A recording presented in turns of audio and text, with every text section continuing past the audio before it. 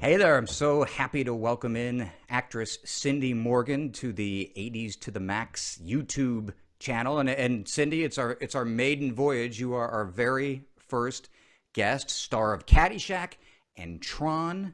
You're in Florida now, right? You've been there for a while, haven't you? Yes, I'm on the planet of Florida. Yeah, don't even get me started. Yeah. So let's talk about, well, again, we'll get to Caddyshack and Tron and all those things. But let's talk about where it all started for you. You were a Chicago girl, right? I guess you probably Born in still are. Bucktown. Yeah.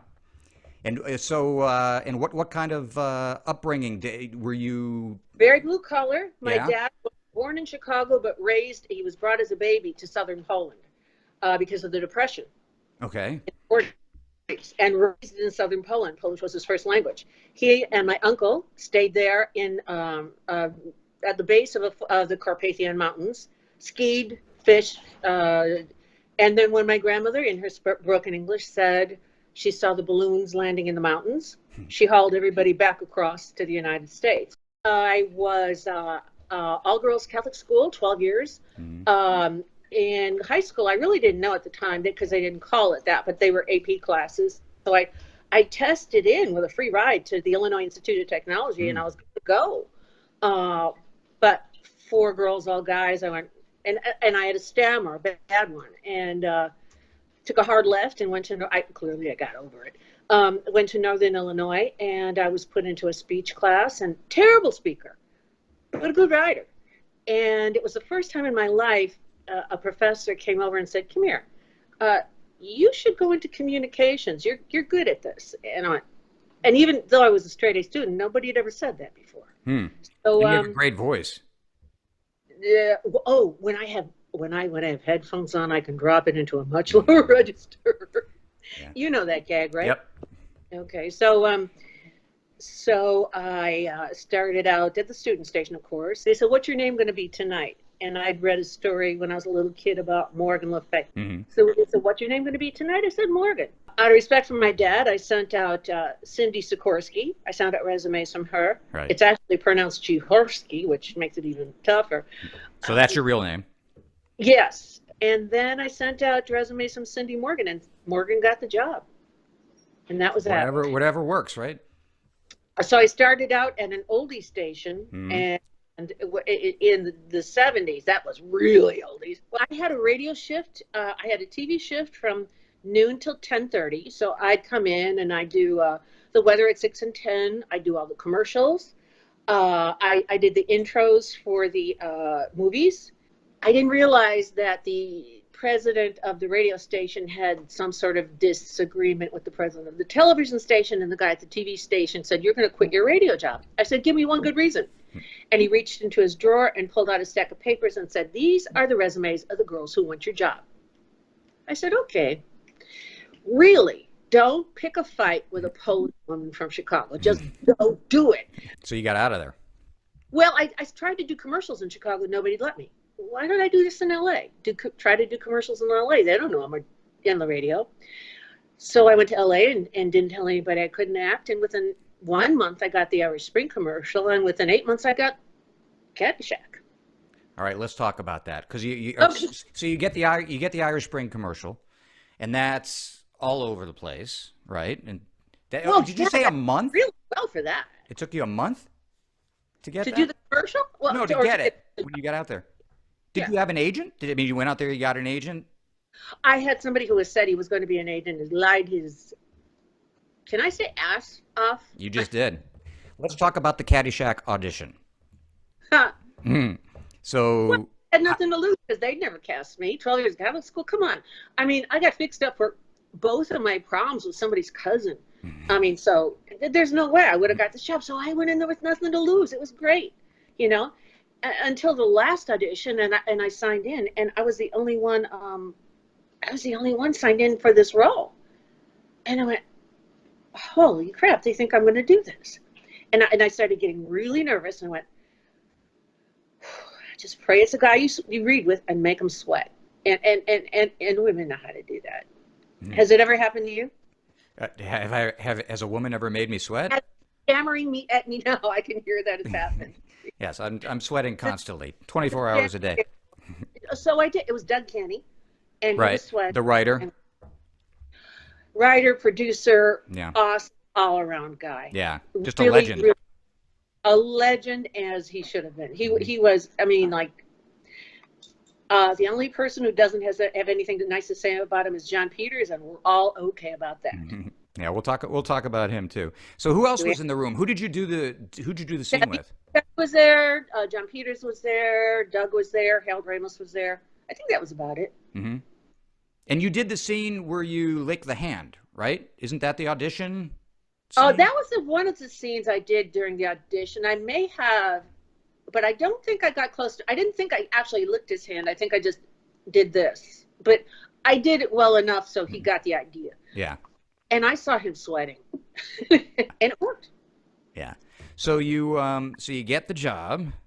How shocked were you? I mean, what did you? I mean, who It called was. you to tell you? I got the job and lost the job like 5 times that week because the job was promised to Brian Doyle Murray's girlfriend, the girl with the Irish accent, which comes out of nowhere and nobody really understands. As sort of she was promised the role of Lacey. Really? Yeah, Yeah. and so they took She her was to, in Animal House too. yeah, Yeah. and she was wonderful in those two. Yeah, she was very good. And Caddyshack was her last job. It was honestly, it was a tough job. And thank God I had a background in broadcasting because I figured I'd go to LA and I'd see the best camera people and the best writing and the best scenes and the best directing and the best. And I got there and I went, "Are you kidding me? Really?"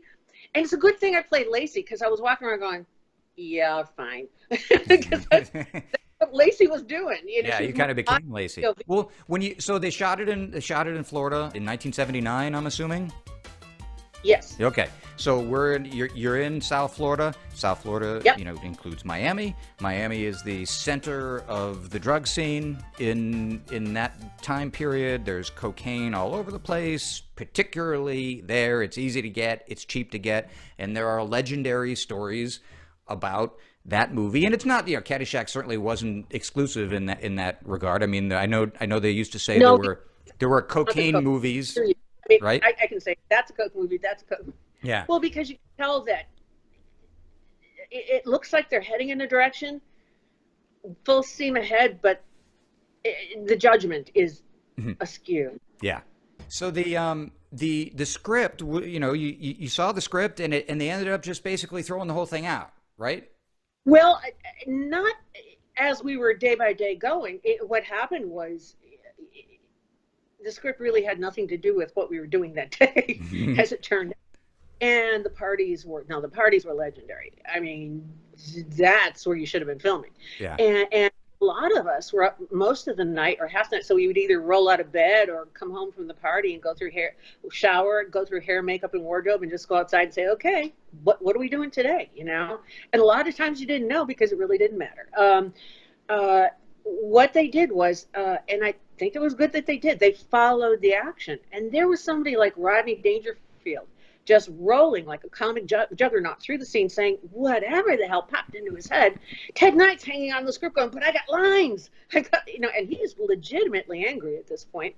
And of course you had people on that set who were just maestros. Brilliant. I mean, Bill Murray, Yeah. Chevy Chase, Yeah. you throw in Rodney Dangerfield and I mean, I can't even imagine how you must have felt. I mean, you said you tried to, keep the stiff upper lip and make sure you stayed in the scene. I thought about it. I stopped watching their work as soon as I knew who I was. And I'll tell you why. For example, I wouldn't be listening to your interviews before this one, and not because I don't like you, but because I don't want to be intimidated or have any preconceptions. I just want to go in as myself, do my job, and then I'll watch later. That's smart. I used to do that too. When I was in TV news, when I did an interview or something, or somebody was going to show me some video live on the air, I didn't want to see it first. I just wanted to react to it. And, Right. Because it's genuine. Genuine, like you say. Yeah. Exactly. Yeah. Okay, so let's talk about your scenes in that movie because there were a bunch and they were all. I mean, it's one of the few movies where you can honestly say almost every scene is classic and it's just I don't if you ask. Accidentally classic. Right, yeah, right. I mean, I know I've read that Harold Ramis, when they were done and they went to the editing room, he's like, I mean, what do we have here? What are we possibly going to make out of this? And the Eh, editor was saying, Harold, that's going to be your movie. yeah, All those accidents. right. Yeah. So the first scene you shot was the diving scene, correct? Yes. I don't dive. I really, really can't swim. Legally blind without these guys. And of course, you can't. Lenses were hard at that 1970. Right. They were, yes, they were So literally hard. the Yeah. water at that speed, a doctor would be taking them out. So, Yeah. so, so I had to walk that board blind and walk to the end of the board without being able to see it. Oh, and I have a fear of height, but let's just forget that for this point. Yeah, but were you did they think you were going to jump? Dive? I did jump. You They did. wanted me to do a perfect swan dive. And that night, Doug Canny was just ripped. Most of the actors and a lot of the producers and people, we'd all go out to dinner, and Doug was laying into me for not doing the swan dive myself. And I felt bad, but I'd only had a month. I really didn't have enough time to learn this. That's what they have stunt doubles for. Well, he did, but he was still upset. And down at the other end of the table, some new actor came in, and I wasn't listening because I was getting yelled at. And I went back to my room, and I just felt pretty bad. And I remember it was about 15 minutes, and then there's a knock at my door, and there was that actor, whatever actor that was. He says, "You want to get out of here?" And I went, "Yeah." I woke up the next day on a nude beach in Jupiter, Florida. With? That actor. Can we guess who the actor is? He knows who it is. I was at one of his events up there, and his brother Andy came up to me and at the Murray Brothers golf. Just so everybody knows, we're talking about Bill Murray. Yes, and Andy said, "So I heard about you and Bill in Jupiter." And I looked at Bill. I said, "Bill, are we telling people that story?" And he goes, "Andy," and he chased his brother into the kitchen. So that's Yeah. so everybody's got a Bill Murray story. Everybody who's ever met Bill Murray, even people who are nobodies who meet him all the time, because you hear those stories all the time, and there's a Netflix documentary about it. They all have these "I met Bill Murray" stories. Yours is as good as anybody's. I would say yes. Who drove? Did he drive? Pretty sure. 'Cause I You didn't don't know. remember. Yeah, You got there somehow. yeah. So you were good friends with it. You didn't have any scenes with him though. No, but we did a lot of publicity together. We did some scenes together, and he, we had a lot of fun on that trip. And there weren't any cell phones then. That's And true. the lead actress disappears with the new actor who just showed up for a couple of days. Well, You were gone for a couple days? at least a day and a half. While they're still shooting. And they're talking about him only being there for 6 days. Well, I know where he was for at least a couple of them. So That's crazy. So am I allowed to ask you what happened on the beach? you can ask all freaking day long. So we know all the lines. Everybody know. I mean, in terms of Well, comedies. you know the lines. We didn't know the lines. We were just You didn't know making it that. up. You made up the lines. Yeah. Right. You made it up as you went along, and then everybody else knew him for the rest of time. But I can't think of a movie, a comedy. I mean, there are some. Airplane comes to mind, where you remember all the lines, but I mean, But they wrote those lines. they wrote those lines, and you guys were just making them up as you went along. But you, I'm not kidding. I told you we would go to parties and either take a shower or wake up from wherever we were and take a shower and roll through hair, makeup, and wardrobe and go outside. And it didn't matter what the script was. And I remember I was walking past the clubhouse one day, and there was Harold and some people, and there was a camera someplace, and Harold said, "Come in here, you got to watch this." And I'm looking over there, and there's a bunch of flowers, and it's the clubhouse, and there's Bill. And I'm looking, I'm like, what the hell's he doing? He's taking his golf club. He's swinging at the flowers. This crowd has gone deadly silent. Cinderella story, out of nowhere. A former greenskeeper now about to become the Masters champion. It looks like I'm a wreck. It's in the hole. And I'm thinking, oh my God, they'll never be able to reset that shot. That's what's going through my head. Because I'm thinking like a film person, not like what Right. Yeah. And why is he doing that? He goes, no, just watch. And I'm like, okay. Then I go to the premiere in New York, and I see this thing put together. Oh my God. And I'm like, what is he talking about? The Dalai Lama. My God, somebody put a muzzle on that guy. And I said, hey, Lama, hey, how about a little something, for the effort, And he says, oh, there won't be any money. But when you die, on your deathbed, you will receive total consciousness. So I got that going for me, which is nice. Well, guess what? That was the best stuff in the film. Yeah.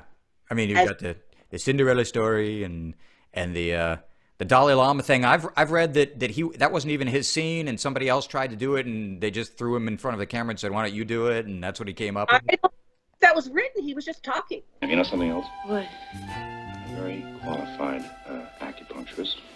Don't even think Just about when it. you need We've talked about one comedic legend in the movie. The other one, well, there were a lot of them, but the other one that you were, Four. there were four, yeah. But with Chevy Chase, that's the person with whom you had most of your scenes, and he's always had a reputation, especially when he was younger, as being difficult to work with. We fought like cats and dogs. Yeah, but the two of you had several scenes. A lot. I mean, there was clearly major chemistry there. I mean, I know I've read that closer than you think. Yeah. I mean, and you could find see it. it. But you can also see where he was feeding me the lines where I was falling all over myself on the porch scene where I said, "Daddy wouldn't have brought me." My timing was off. I was miserably bad. When I rewatch it now to get those little clips, I can see how bad I was, and I could see him feeding me the lines to set up my timing. Yeah. I could see it. I think you. I mean, for your first movie, playing scenes Up against with those guys. I mean, I thought you did. I think everybody's probably thought their entire lives that you were that person. I mean, when they would. Still do. Can you tell in the piano scene Mm-hmm. where I finally realized we were shooting a scene? I was born to love you. I was born to lick your face. I was born to rub you. But you were born to rub me first. That wasn't in the script. That wasn't rehearsed. That wasn't discussed ahead of time. Yeah, I mean, there's a point where you just kind of look over and then just. You can just see me look down and go. Yeah. And that was the time of the whole film I laughed. And I went, those sons of, they're filming this damn thing. Which you would never know in a million years when you watched it, but it worked. I mean, it works because what he's doing, the song that he made up, that he improvised is crazy, and that's exactly what somebody in that situation would have done, was have the reaction that you had. I mean, that scene is brilliant. And then the rest of the scene we were fighting, which was shot another day. And The massage scene. And when he dumps that bottle of oil in my tea, he said a few things. I said a few things. Harold said apologize. I said, no, you heard what he said. And about 20 minutes later, he comes back in and said, I'm shooting two masters. To make sure there were two masters, he dumped a bottle of oil on my back because they would have had to reset the whole thing, which would have taken an hour, which couldn't have been done. But look at my eyes and look at his. I'm not going anywhere. Go ahead, you son of a gun. Do you think he thought that was going to get you and you were going to stop the scene, or? No, I think he was playing rough. But the thing is, when you play that rough, you either bring your A game or go home. So I had to step up. Yeah, it was great. I mean, the scene plays, both those scenes play perfectly. I mean, you're watching it, you're thinking that these two people kind of hate each other, they kind of love each other, they're in lust with each other. It's all true. Yeah. Yeah. Unreal. So what was the thing that he said to you that really ticked you off when you were doing the piano scene? Or I guess maybe it was the massage scene. It wasn't during the piano scene, it was before the lovemaking scene. Well, he told me I was nervous, I was screwing up the scene. And I answered him with what my opinion was that was screwing up the scene. And that was? Him? Something else. And he didn't take it well, and the thing is, it was the best work we did. You weren't invited, correct, to the premiere? Oh, I was more than not invited. Mhm. I was blacklisted in the business for 2 years. I didn't work again until Disney came calling. Well, we have to talk about that, because there's the other scene that we haven't talked about yet is the nude scene that you did. John Peters, the producer, wanted you to do a Playboy spread. Let me explain why. Because of the background I had when I went from that stammer to getting into broadcasting, I knew damn well they'd never get a good still for 30 years. And I knew in 30 years I wouldn't care. Mhm. So I said, no, you're Well, just going to have to. I don't blame you, and that was sprung on you. You had no idea, right? And the thing is, on camera, it's going to go by like that. Most people Mhm. kind of remember it, but kind of don't. But if it would have been, nobody remembers the Playmate of the Year in 1980, but they remember Lacey. And had I done that, see, I had a dad who was very old-fashioned, and it meant a lot to me. Mm-hmm.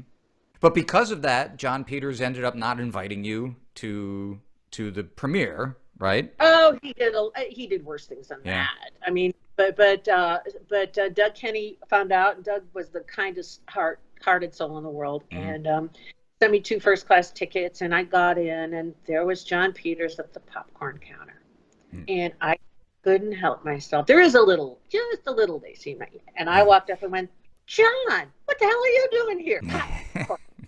It was so worth it. It was. I was bad, but on a sad note, we had the party down. I think it was at Rock Center downstairs. You know, they have a downstairs at Rockefeller Center ice skating rink. Yeah. I think the party was down there, and I remember Doug was sitting with his parents, and something was wrong, and I remember saying, "Take care of him." And I don't say stuff like that. I don't get into anybody else's business. And that was the last time I saw him. And a couple months later, that was it. Yeah. And nobody knows You know what what- really happened, right? In Hawaii. Harold Ramis famously said Doug slipped while looking for a place to jump. But Yeah. who knows? What was the reaction to the movie in the premiere? Everybody was high, so it was kind of hard to tell. So it was good then. It wasn't specific. Oh, you'd have to ask somebody else. Yeah. But it tanked. It tanked in the ratings, and it did a terrible job. You knew that, right? It was, yeah. I remember seeing it. I was only 9 or 10 years old, and my parents took me to see it, and I loved it, of course. Mm-hmm. Your scene, the scene with Danny in bed, was a little bit embarrassing to watch with my parents, but Of course. but I got over it. Imagine how my father took it. So Tron has something in common with Caddyshack in that it wasn't as big of a hit as they thought it was going to be. They both had Journey songs in them. They both had Journey songs. Oh, yes. No Any Way You Want It. Solutions. That's right. Actually, they weren't playing Any Way You Want It on the set. They were playing My Sharona. Really? Yeah. Could they not get the rights or something, or? I think they were doing whatever the hell they pleased, if you want to know the truth. They don't see us. I'll go first.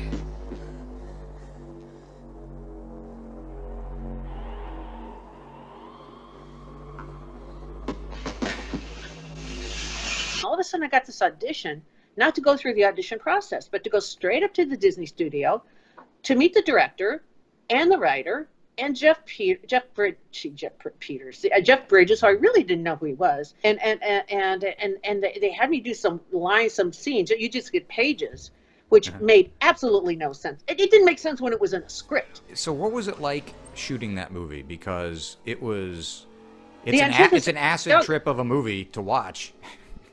Well, that we didn't see any of that. It was, and everybody thinks green screen and blue screen. Now, that's the kind of stuff I did when I did the weather, pointing at something that isn't there. Mm-hmm. It was like if you went into a Costco and there was nothing there and it was all painted black, like literally not a shelf, not an item, Yeah. maybe a couple of guys in suits, maybe a camera, but it was all black. That's what it looked like. That's what the soundstage looked like. I want to go back to Jeff Bridges. So what? I mean, like you Yeah, said, he's great. he was so young, and Easy he was, work, charming. yeah, he wasn't the dude yet, but No, Well, he actually is the dude. I mean, that's him. He's being himself. Yeah. So yeah, there were sequels to both of those movies. Caddyshack 2 was just a disaster, and Go ahead. Tell me what my opinion is of Tron Legacy. Go ahead. I haven't See if I seen can it. get an answer. I've never seen it, Okay. so I can't give Okay. it. But I do know that you weren't asked to be in it, Nope. right? Nobody approached you at all. Nope. And why? I mean, you were a pretty big character. Do you have any idea? Oh, I know. I played 2 roles. I was the only woman in the movie. I've got lots of opinions. What's your best one? I have to still work with one of those people. Okay. What's another opinion that's maybe not your best opinion? Yeah, then there was somebody I wouldn't sleep with. So. I mean, we should talk about that because that's the Every single job, it's not unique to Harvey Weinstein. It doesn't stop. And let me tell you something, it's not over. yeah. In the last month, I've had to go through that. You know, and it has to do with either somebody, it's either harassment on the job or undercutting you because of your pay. When I know, I can look my IMDb numbers up and I know what they are. But ratcheting me down and marginalizing, and it continues to this day. The only difference, they're being sneakier. Yeah, they're still doing it, covering but the- getting away, figuring out other ways to get away with it. It's not stopping. It hasn't even begun to stop. And just saying have a bunch of women be in charge isn't necessarily the solution, because we have to learn to cooperate. You know, there's still a competition sometimes there. So telling the truth would be the only way to get around that. And I don't see that happening in the near future. Do you?